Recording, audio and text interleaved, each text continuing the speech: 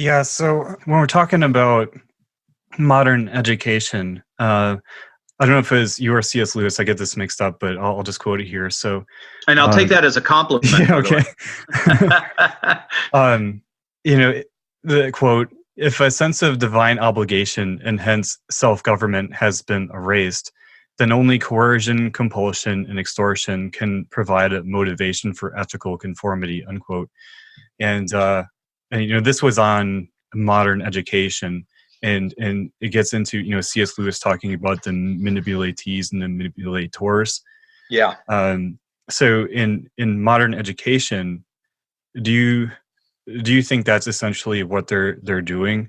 Yeah, no, absolutely. So one of what the brilliance of Lewis, what he drew out in his Abolition of Man, was the recognition that if we do not have virtue, uh, then then we cannot be shocked to find the lack of virtue in our society. One of his famous phrases is, we can't amputate and then demand the function. We can't teach our students that truth is relative and then be shocked to find that politicians lie to us, right? Or we can't teach our students that all morality is relative and situational and then be shocked to find out that our bankers and corporate executives are making their decisions on nothing else but greed and expediency. We can't teach our students that beauty is in the eye of the beholder solely, and then be shocked to find a urinal as part of an art exhibit, like Duchamp's urinal back in the 1920s.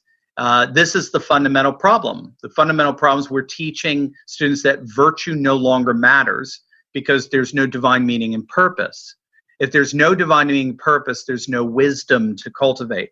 If there's no wisdom, then there is no virtue. There's no objective basis with which to align my loves. You like babies, I like ham sandwiches. Let's move on, right? So we're reaping the whirlwind of that right now, and we don't know really what to do with it. And so the terrible consequence of that is then tyrannical. Then the only way you get people to ethically conform at a mass level is not through appealing to a sense of truth, goodness, and beauty. It's not appealing to a sense of the highest aspirations of what it means to be human, that's lovely and noble and praiseworthy, that evokes my loves and draws them and orders them around a divine economy of goods. No, that lack of virtue now, the lack of virtue is replaced with virtue signaling. And if the listeners know what virtue signaling is, we see it against Chick-fil-A. We see it against anything conservative. We see it, against the patriarchal system and the racist system. Well, it's basically Alexandria Ocasio-Cortez. She is the embodiment of virtue signaling, where you've got these fingers pointed at you.